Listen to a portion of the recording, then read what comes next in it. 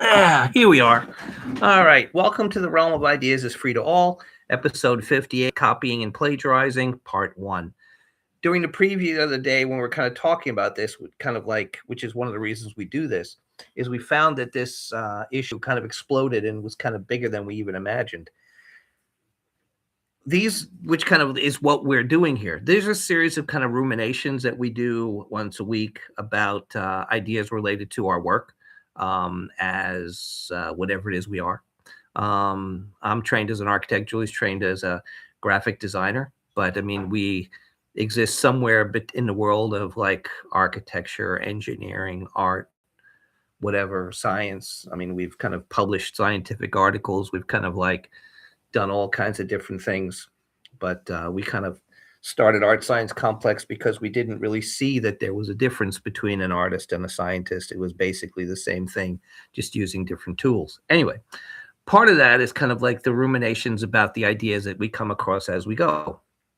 And one of those kind of we talked about the difference between a draftsman and a copyist. And now we're basically going to talk about a copyist and a plagiarist. Quickly, briefly, what I talked about was that the copyist, the draftsman, basically is trying to express an understanding of character. And it can sometimes be dependent on an object that they draw from, or it sometimes can just be a series of speculative abstractions from their own mind. The copyist, on the other hand, is trying to basically kind of create a resemblance between something that exists and that piece that's their offshoot. I talk about this basically in the realm of drawing because this is where it kind of starts, but it's kind of branches out from here. So there's no such thing as a copy because everything that's produced is an abstraction from something else. So you are kind of creating an independent part, but it's highly dependent. You're creating an independent object, but it's highly dependent on the original piece. And it kind of like usually kind of relates directly to that. The draftsman, even when he works from a piece or kind of from images, we talked about this before, is not as dependent because the piece becomes prominent in itself and actually kind of develops its own life. Now, again, neither of these things is pure and perfect. It's a series of kind of like a spectrum in between these two kind of extremes. So that was basically how we left that. The draftsman, a drawing, is basically is an attempt to kind of get at something that happens to be of character that is seen, may exist in the original piece, may exist in the kind of abstractions, but is basically divined through the creation. We talked about that last week in Drawing as a Generator. So it's kind of really good to kind of use this as a way to kind of focus back into this issue. All right, so here's Julie. Hi, loved one. Hi, hello. Hi, sweet pea. Hi, Pete. Okay, you have your notes. Yes, Oh, you're getting more and more notes all the time. It's quite amazing. You're the best one. Yes, my loved one. Okay, so. All right. Let's see. Okay, so I had brought up a piece that I thought was important because we were talking on New Year's Eve, and I will read this piece. It's from Borges' Collected Works. It's one of my kind of favorite books. I see it's kind of heavily bookmarked. I mean, and the thing is, I realized like, oh, I didn't bookmark that one. Anyway, the bullet is an old one. In 1897, it was fired at the president of Uruguay by a young man from Montevideo who had spent long weeks seeing anyone so that he might know that he had acted alone. 30 years earlier, Lincoln had been murdered by that same ball by the criminal or magical hand of an actor transformed by the words of Shakespeare into Marcus Brutus Caesar's murderer. In the mid-17th century, vengeance had employed it for the assassination of Sweden's Gustavus Adolphus in the midst of the public of a battle. In earlier times, the bullet had been other things because Pythagoras is not reserved for Pythagoras' intentions is not reserved for humankind alone.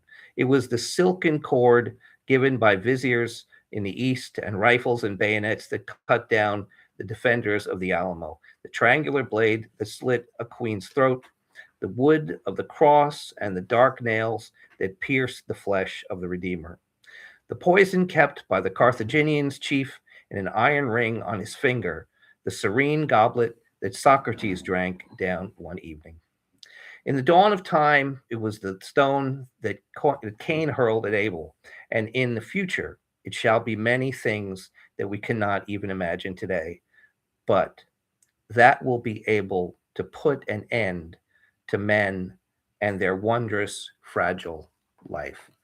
Ooh, It, lovely ending. yeah, it's Very transcendent. it's important to understand the significance of the fact that wondrous, fragile life is not just pertaining to that of JFK, who was a great man, but that of humans. And I think as we go forward, we have to understand the fragility, not of the things around us, but of us. And with that, we kind of come to understand the network of characters and individuals. We see these circumstances and we understand them. But there was something I kind of thought about today, which is going to be a topic later on, which is about principles and principles as they relate to ideas. When we forget the principles that underlie the ideas, we corrupt the ideas because we may basically kind of start to kind of find some kind of additional mooring that is not the principles that basically make it a significant idea. So anyway, with that said, we're going to talk about these things that we've talked about before. Sorry, but before arrow in my face. Yeah, that's the arrow. That's thank you. Sorry, P. Sorry, okay. P. It was just I couldn't stop staring at it. Oh, yes. You should be staring at me. I thought you loved me. I do. Okay. All right. So hi, sugar. With that, so hi, sugar club.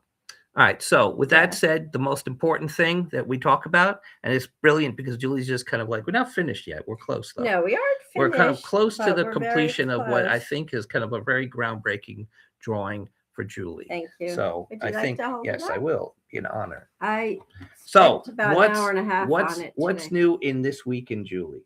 Oh, nice. I think you can see it. Well, I worked for about an hour and a half, hour and 45 minutes today at the Met on my drawing that you can see here. You can zoom in, nice zoom. There's a lot of graphite on here, a lot of metallic English pencils. In some new layering effects. And this is my visualization of a very recent discovery about compound eye structure formation, meaning the genesis, the early period, middle period, and the late stages of the formation of what are called ommatidia. So for those of you who don't know what ommatidia are, it's a great word.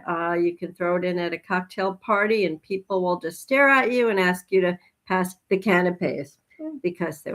So what ommatidia are the individual units that comprise the entire arc of the compound eye.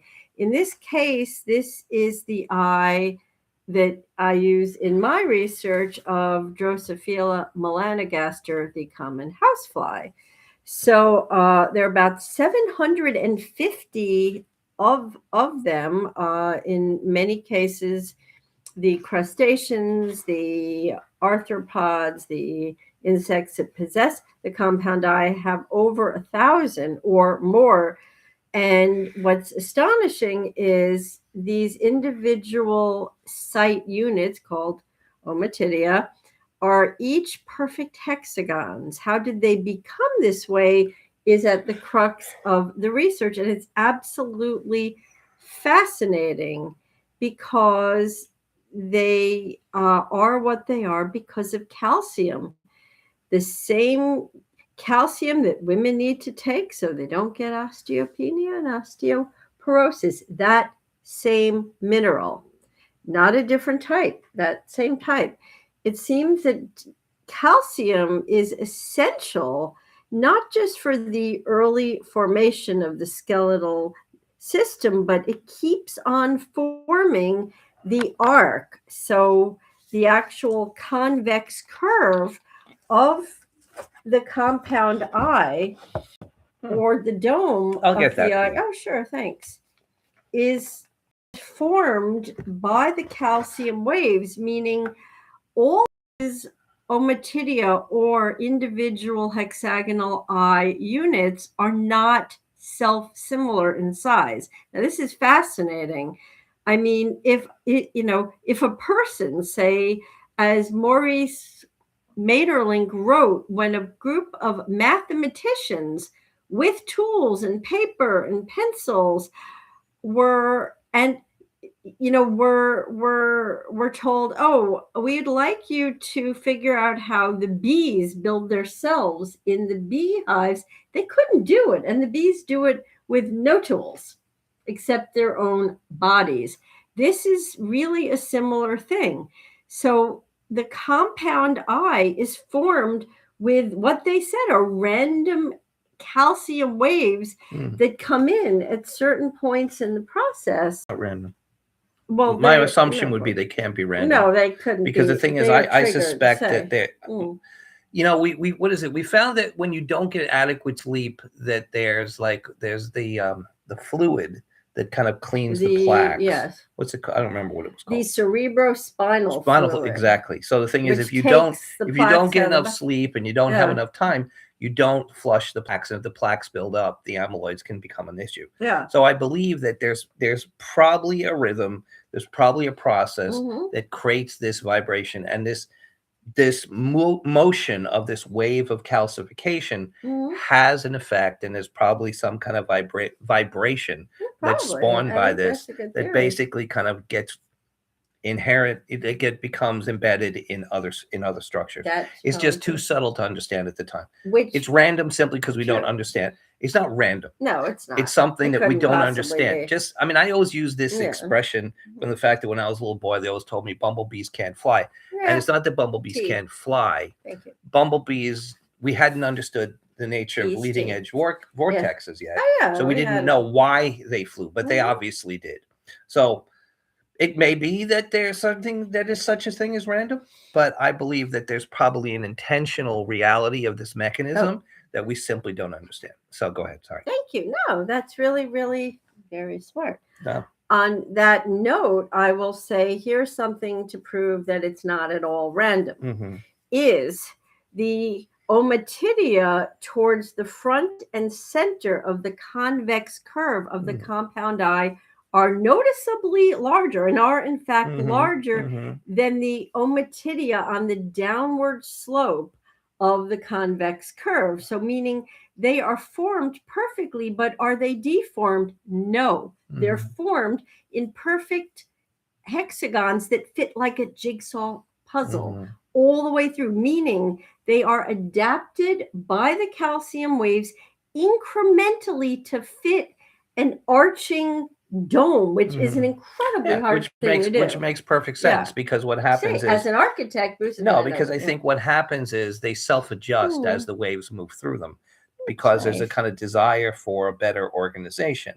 So I believe that over time, things basically become misaligned, become disorganized, and the calcium waves basically kind of reset, not reset, but basically kind of make an adjustment to kind of create a tighter organization. It's a corrective measure. Absolutely. That would be my first impulse. And this is a good example of the kind of conversation that happens. There's nothing that says because we've had these conversations with other people. In fact, I look forward to having my conversation with Jorge on Monday. I'm going to talk to him about this. Jorge. Hi, Jorge. If you're watching. Hello. Because anyway, but the point is, the thing is, this is the kind of speculation that you don't have to be a biologist to kind of ask that question. The question seems obvious based on systems, based on process. So I think, again, there's a lot of people who kind of see these possibilities. It's just a question of kind of understanding and asking the question. So for me, this drawing is interesting because based on what I was saying, given the three words of what I call truth, beauty, and love, I consider beauty and truth to be slightly different. For me, beauty is a feeling, it's an impression, it's something that Mhm. you get a sense. And truth is usually something that you can articulate and basically say definitively, this I know to be so. Mhm. Now, sometimes you feel it and don't really understand how to articulate it. Other Mhm. times you get a sense where you can, to a degree, Mhm. articulate it. I believe both these things are impulses of love. We Mhm. talked about the idea of the salvations last week, and we talked Mhm. about the beginning of the vocative to the reader Mhm. by Ortega, and we talked about the fact that certain things come about as a Mhm. result of an impulse. And in fact, Thanks, Pete. I want to talk about that also in Oh, relationship that's so to nicer. in relationship to Mr. Spock, because Mr. Mhm. Spock had a good conversation today about his poem in Mhm. terms of Yes, a it is. relationship to Julie's criticism. Oh, But okay. you go say your thing, Yeah, and I'll go no, back. I'll come back to you had this. one quick final thing about the organic and the inorganic and the hybridization here. That's what you said at dinner. Right. I think. So I don't want Okay. to paraphrase Yeah, it. yeah, I'd yeah. like you, then we Yeah, should move on what because I we have a felt lot to was cover. Yeah. the hybridization, and I don't even know if I like the. I think I would like to You say used a that the different word. metaphorical operation Oh, of okay. your assemblages Mm-hmm. in the things that you do Mm-hmm. sometimes has, I would say, there's three types of things. There's the kind of like correlation of a clear distinction Mm-hmm. of the two pieces in terms of their interface. Mm-hmm. Then there's an unclear distinction, which is Mm-hmm. provocative. And Mm-hmm. then sometimes there's an unclear distinction that is not awfully provocative. I'd say Mm-hmm. that in this case, the In this idea in this particular particular drawing. piece, I find a In this greater piece degree, here, if you're yeah, just I find joining a us. greater degree of kind of resolved and provocative interfaces. And that's a kind of a new thing because, again, it's not like uh, the unresolved and provocative are not as powerful as the resolved and provocative interfaces. It's just that that's kind of just a difference. Mm-hmm. And what I mean by that is the fact that, like, a lot of times when I would look at things, I'm thinking it's it's not clear, but it's Mm-hmm. provocative. Hmm. And in this case, I'm saying it's clear and provocative. And I don't know which one is more difficult to generate because I Hmm. think you do them all quite succinctly and quite, Thank you. quite virtuosically. Thank you. But in this case, I found that there was a lot. This almost looks like if I was to have an impression in a dream of an Mm-hmm. imaginary object, Mm-hmm. Hold it back up. this would be almost a mechanical drawing of that imaginary impression. Interesting. Yeah. Well, thank you. Hmm. We have a lot to Yeah. cover. Anyway, so yeah, thanks. all right. Thank So when we first talked Mm. about the copyist, and we talked about the copyist in relation to the draftsman, we kind of like were clear about the preference that we Mm-hmm. had, but it was, again, it's a question of a scale Mm-hmm. between what is the idea where one is actually creating independent work and one is basically dependent. Mm-hmm. And in this case, we felt that in terms of the independent original work that has the potential to be beautiful or truthful, Mm-hmm. that was always in the within the realm of the draftsman. And the copyist basically was going to always have some kind of sense of originality, but dependence on that which he was basically beholden to. Mm-hmm. In this case, we're talking about the copyist in relationship to someone who I find is like, if there's a villain, if there's a reprehensible individual, that individual is a plagiarist. Now, a lot of people say like, oh, I'm a plagiarist, but I'm because I'm copying someone else's work. It's the same thing. It's like, no, there's an incredibly significant difference. Huge difference. The copyist acknowledges that he is copying. The horrible crime that's committed by the plagiarist is the impression of originality. Mm-hmm. And that's the piece that to me is disgusting and reprehensible. A copyist basically says, I'm doing a copy of this drawing of Leonardo. I'm doing a copy of this piece by they are very of this piece by upfront about Carpo. why Exactly. they're doing I'm it. doing it as a study. I'm doing it to learn and to understand in the hopes that I can generate original work. Right. To Right. gain Right. skills or knowledge. It's very different. Right. Plagiarists just, to my to kind of like my English, like just a piece of shit. And they're incredibly lazy. It's Yeah, not to exactly, learn or exactly, yeah. exactly. I mean, it's the ability Mm. to basically skip the line, to kind of Sure. jump Let me ahead, put this in a safe and place. I'll be right back. it's both Julie and I Hmm. have had, Oh yeah. copyists, not copyists. We've had plagiarists. In fact, this is another thing. I'll go back to Mr. Spock. Mr. Spock was a victim of a thievery, which was quite disgusting. And my heart goes out to him for having someone benefit from his work. But at the same time, the fortunate thing is he's capable of generating original work where this other uh, scumbag is not.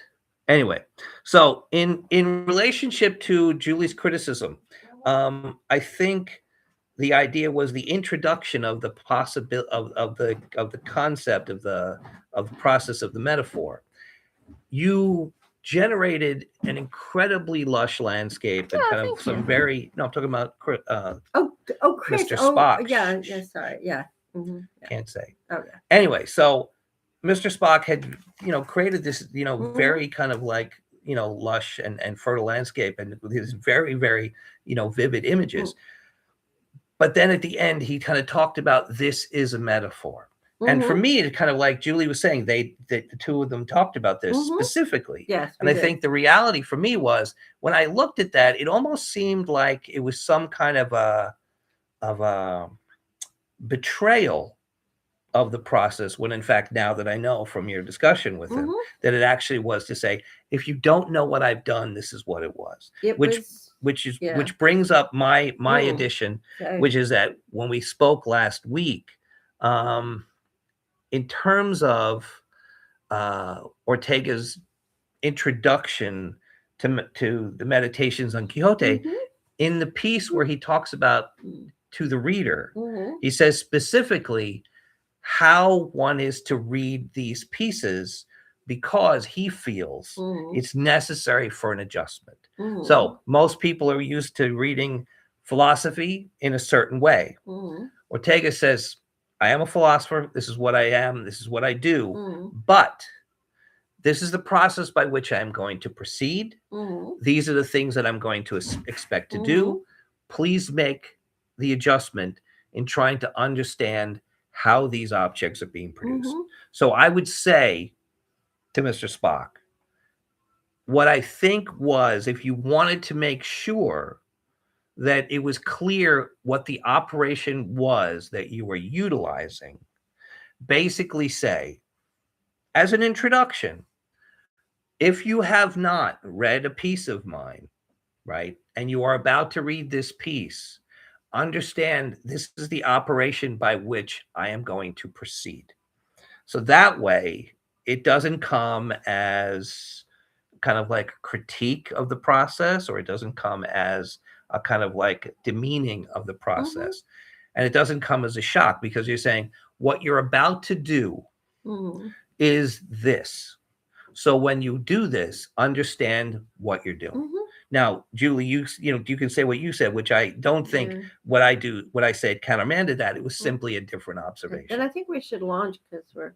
Yeah. Yes, I yes. mean, we don't Yeah, have a lot yeah. of Well, time. this is related to Oh, it. true. This is related to it. Okay. Yeah. Well, I said to Mr. Spock that if you are generating a metaphor, you have to assume that your audience is capable of tasting, comprehending, ruminating upon, swallowing, and digesting that metaphor. If you have to explain it to them, they're not your audience. It it breaks the spell of the metaphor, and that is the most lucid way I can put it. A metaphor will elevate the reader onto a pedestal that just glistens and sparkles with tunnel after tunnel, strata after strata of beautiful imagination, and it will launch a whole series of connections that were never previously there. If you tell the reader, oh, this is what I'm doing. You are in the middle of a metaphor. It breaks that spell. You have to be able to fully bathe in the metaphor. You have to saturate every cell in your body, and it must be a creative immersion. You can't be immersed if you have a tutorial every couple words to say, hey, this is a metaphor. It just breaks that spell. You have to be able to, how should I say, build on the metaphor. You have to be fully enrobed by the metaphor, and you can't do it if it's stripping you bare. Mm, I would agree with that. I'd say there's two exceptions. Mm, One is the fact that it's a kind of like it's an audience that may not understand this operation. And two is, which is in the case of Ortega, mm, it was an experimental operation that had not been done before. So the thing is, when you're introducing a new mm, process, I think it's courtesy to basically say, rather than doing this, and I mean, again, one of the things I've kind mm, of tried to do in my work is say, okay, I'm building a model. mm, Understand how I'm building a model, which may be different than what you think you know, right? And in a way, I feel as if in that mm, case, since the situation is different, I need to explain mm, what I'm doing. And in fact, it's funny. I had mm, a an individual ask me a question, and it was kind of like I gave mm, the answer, and they said, "Well, that's interesting. I didn't know, architects did that." And I say, "They don't." mm, Right? It's something that basically I proceed with from my specifics because of my desire to.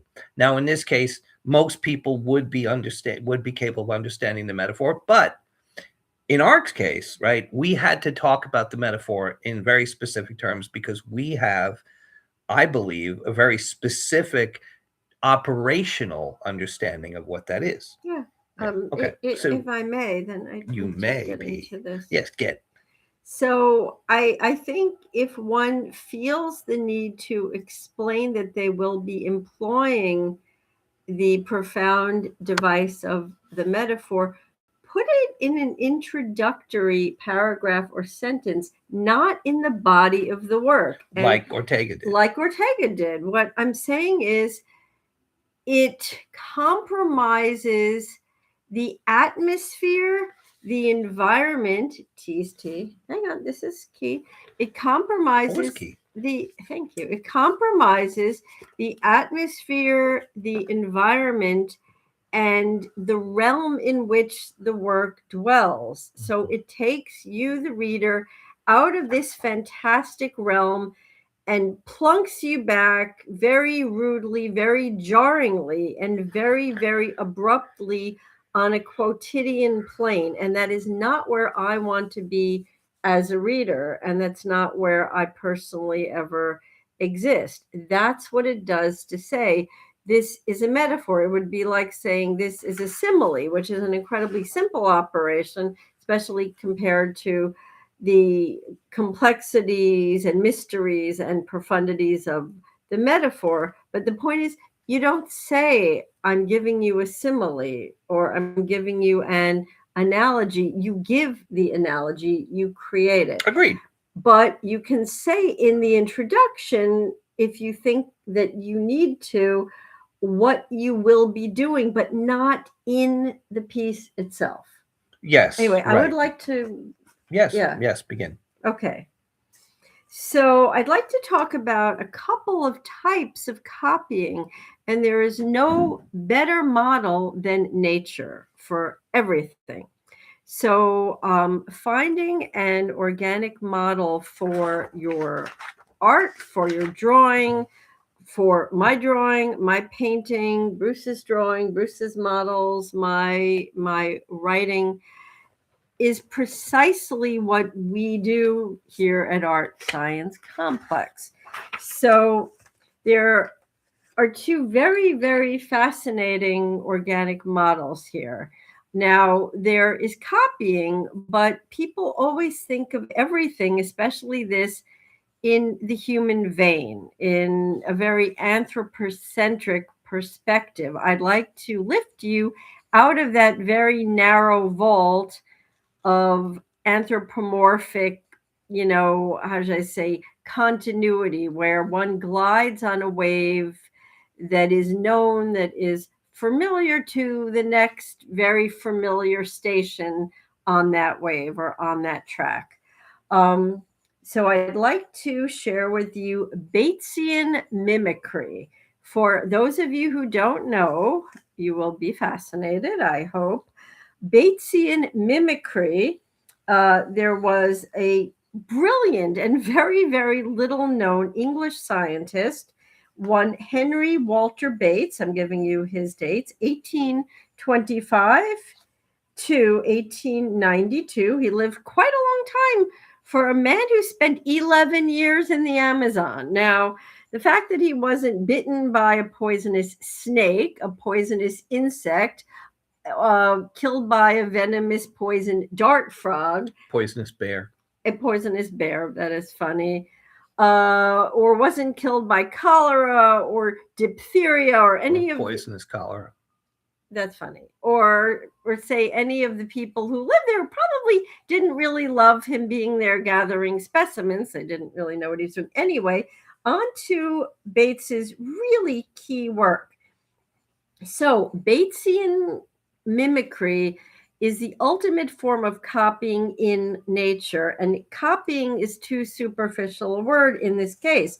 This is evolutionary survival. So, copying in order to survive, copying in order to avoid being consumed, eaten by predators, copying, or in this case, very holistic mimicry, where a benign, rather harmless species, which can't really defend itself, isn't toxic, isn't venomous, doesn't have big sharp claws, isn't particularly predatory, have evolved an ability to imitate or copy. Wow, that's funny. Wow. Oh. The morphological traits and behaviors, not just the physical or morphological traits, but how a venomous animal acts. Very important. If you simply have the superficial traits, you will ward off a lot of predators. If you act like a venomous animal and have the visual traits and the signals of toxic, deadly, venomous species when you are not, in fact, one of them, this was what it is. So, in his 11 years in the Amazon, Bates sent back to England after his first, I think, year or two of work burned up and the ship sank. It was quite a tragedy, but he really had fortitude, incredibly intrepid man and scientist, and ended up writing a book about it in 1863, his seminal work, which I'm going to try to get a hold of, called The Naturalist in the River Amazons, with a plural, interestingly. And this was all of his work. I will give you some very key examples of Batesian mimicry, copying in order to survive. So these species are known for copying for survival. So the viceroy butterfly, or as I say, a flutterby, copies the markings and look and the coloration of the very toxic monarch. Nothing eats a monarch. It is very bitter. It doesn't taste good. It poisons other species. And the monarchs to us are really beautiful with their orange and black. And very, very quickly, there is a hummingbird moth. And the moth copies wasps and bees that sting. And the moth has no stinger. So this is quite amazing. There is a frog called Alobates zapera, which is great. And it looks like a poison dart frog, which it is not. And as you know, if you normally, I think of you as if you're wearing poison dart frog colors. That's actually really funny. There is a green and black one. Now, here's the most interesting one. And then Bruce might have some comments. The mimic octopus. What is so key here is when, like the hummingbird moth, when one species doesn't copy another of the same species, it imitates or copies entirely different species, or in fact, entirely different substances. Like the giant swallowtail caterpillars don't copy other caterpillars, they copy bird poo. They actually look on a branch, on a leaf, like bird feces. That is a brilliant stroke. No one wants to eat bird poo. So, to wind this up, the mimic octopus impersonates the lionfish, which nothing eats, with its huge spiky fins, all of which have claws with deadly fatal toxins.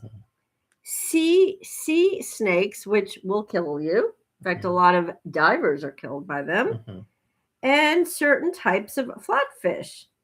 And the decorator crab, which would be eaten and is real yummy, actually decorates its shell to imitate venomous sponges and toxic anemones. Bruce, would you like to share your thoughts on this or not this? No.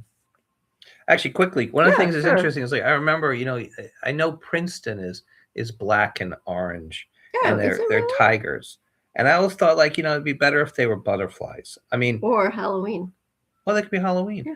But I just, like, I always liked the black and orange is a great color combination. I remember someone I knew who went to Princeton, and they kind of said, "Oh, Princeton is black and orange." I said, "Oh, cool." And they were the lions, the tigers, Princeton Tigers. Okay. I was like, "Oh, okay." And I said, like, they should be monarchs. Monarch butterflies. Like, I kind of think, like, the idea is, like, I think a butterfly is just a better symbol for a kind of, like, a institute of higher education of kind of rising and speculating and kind of like flying off. But anyway, I mean, back to the idea is, I think when we first started this conversation, the idea was about the individuals who, as pertains to creating things.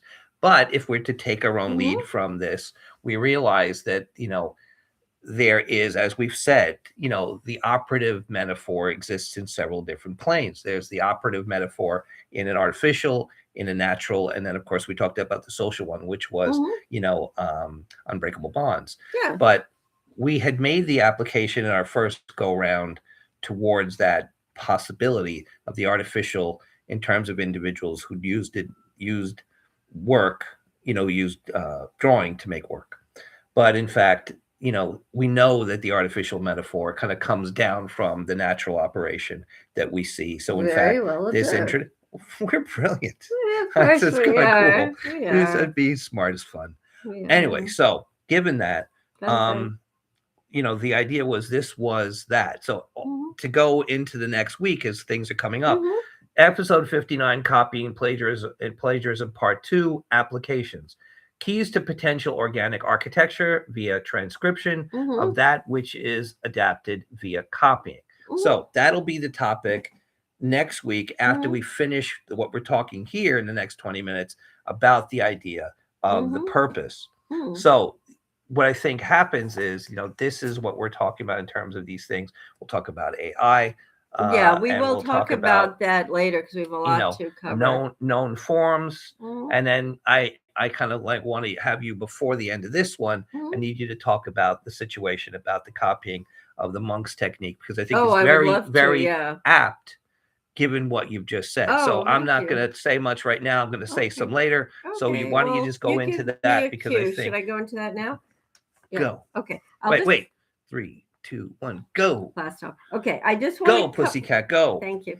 I just want to cover one more quick thing, and when I'll segue to the monks, which is that Batesian mimicry, has an opposition form of copying, which is really key here. I think this will generate a lot in your giant brain. It's called Mullerian, not malaria, as in it's in like Muller, M-U with an umlaut over the U, because somebody like was German. Like the Muller report? Not like that was such a failure. that was pretty embarrassing. Yeah. I remember saying, I remember somebody told a funny joke It was like, oh, the only that everyone knew what was in the Mueller report except for Mueller. That's great. Anyway, so what Mullerian mimicry are in He was a is Princeton guy, actually. okay, cool. Is in fact two toxic species who imitate each other. Now, this seems counterintuitive, but it's not. It's a brilliant stroke. Mm-hmm. Being chased to be eaten takes a lot of energy. I mean, it's very stressful. You can't make snacks. You can't stop to read a book or reproduce or catch a wink. So it's very, very stressful and it shortens lives. And you know, so it's two species trading in what is called aposematism. So aposematism is advertising. Could it be aposematism? It could be. I'm not honestly not sure how I to like that. pronounce it. I Love don't words. use this word a lot, but let's Never go heard it till with now. Bruce. Aposematism. Aposematism. Okay.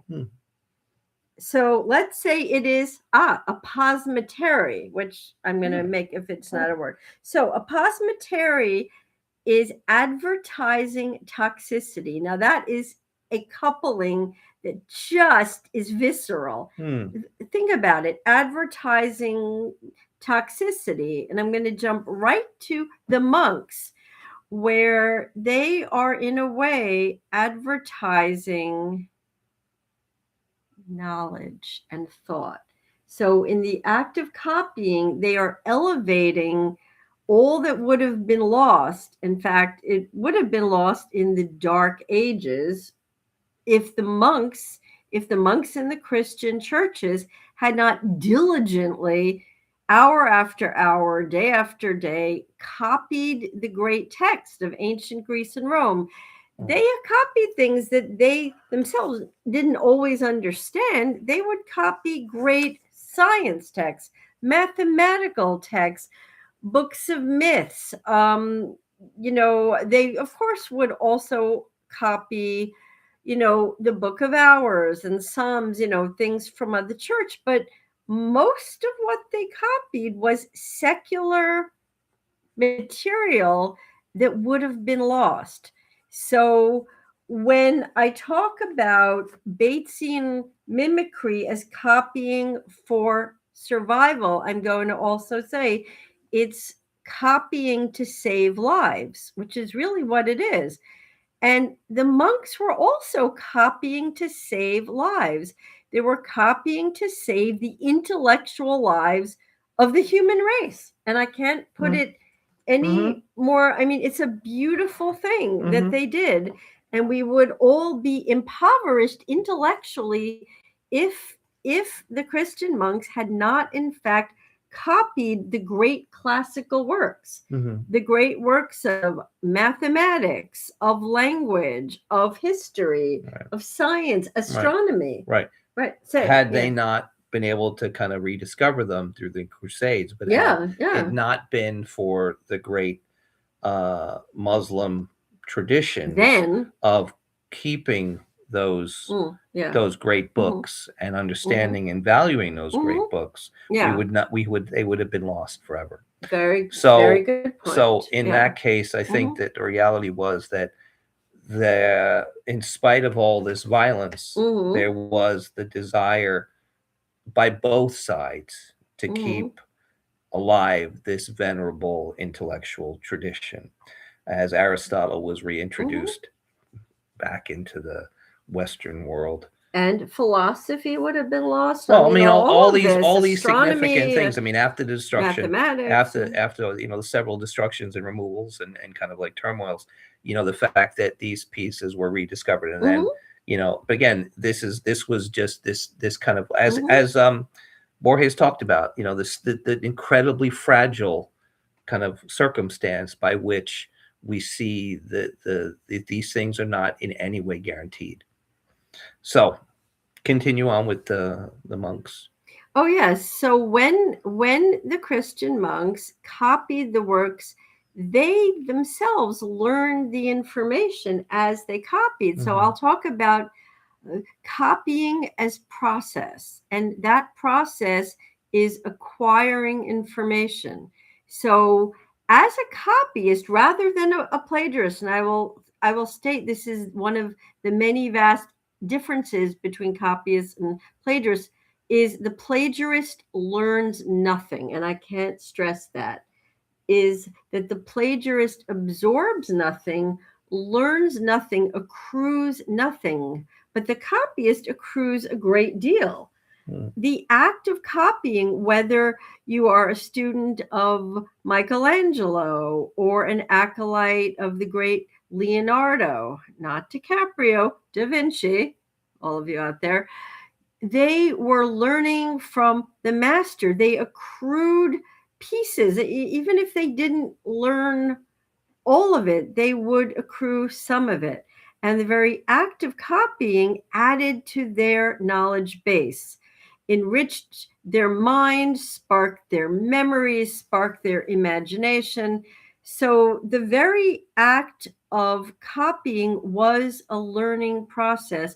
Also, the structure of copying is something that makes one organize their thoughts along unforeseen lines. Mhm. And this is really key. Mhm. The way you think or the way I think is not the way another person thinks.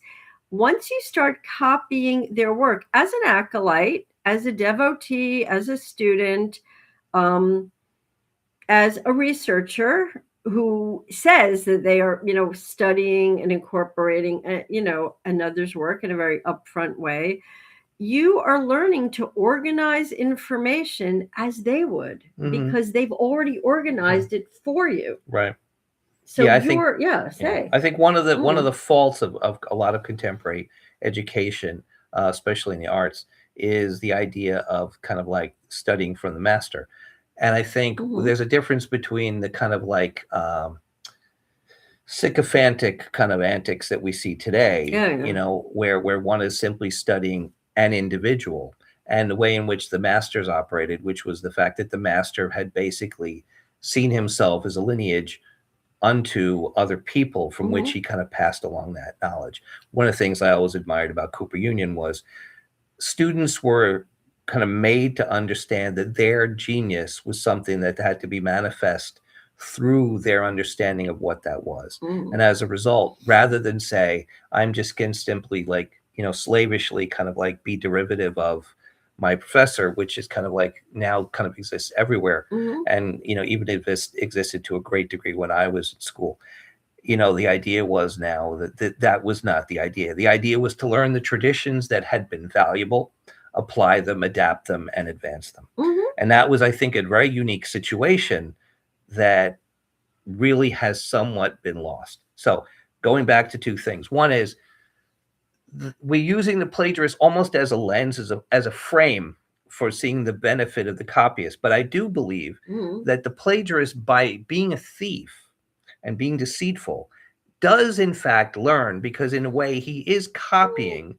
And there is the person who just kind of takes it and doesn't even look Mhm. at it. But the reality is, in order for them to understand whose work to steal, they have to understand, at least to a degree, that the work is worth stealing. Well, So the thing is, I yeah. mean, it becomes the fact that someone realizes, like, this is the person's work that you want to put your name on.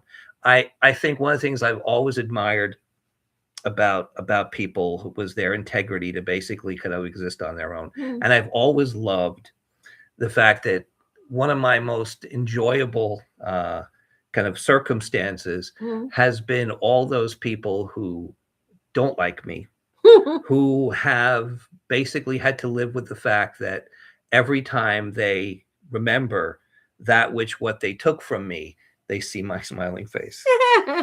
That's kind of great. Right. Oh, I'd love to give But let two. me Oh, just say, yeah, back say. to Oh, this, sure. and Yeah. And that I have two really key I think examples what that. this does is Mm, this process, and we've talked about this before, this idea of transcription, right? Is that the copyist also is transcribing, and by way of doing that, putting their own imprint, which is why I said at the beginning, mm, there's no such thing as simply a copy, because the individual is involved, and there's always going to be something mhm. of them that is put there, right? Absolutely. And in Yeah. this case, the idea is their joy, their Mhm. fascination, their kind of concern with taking these things and making them so that they can be continued on. Mm-hmm. I mean, in fact, in terms of the nature of the introduction to Barnacle Codex, that's the Why don't you whole explain principle. what that is? Okay, For us, just really fast. Barnacle Codex is a book that we're in the process of completing, where Julie has taken a series of plates that she had found in Darwin studies, Little diagrams. little They weren't even diagrams. plates. I did Yeah, but the plates. point is, Yeah. Darwin made a Mhm. tremendous amount of verbal kind of instruction and description, Long list, but yeah. did not do much in terms of delineating membranes and tissues and processes. Yeah.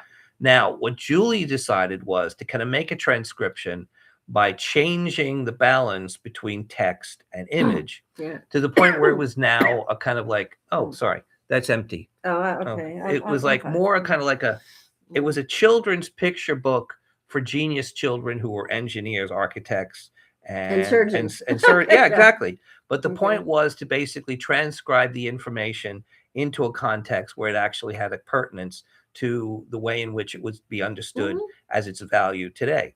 And in my case, I was in the process of writing my introduction, which I still need to write. Yes. I have the concept, I just have to sit down and do Okay.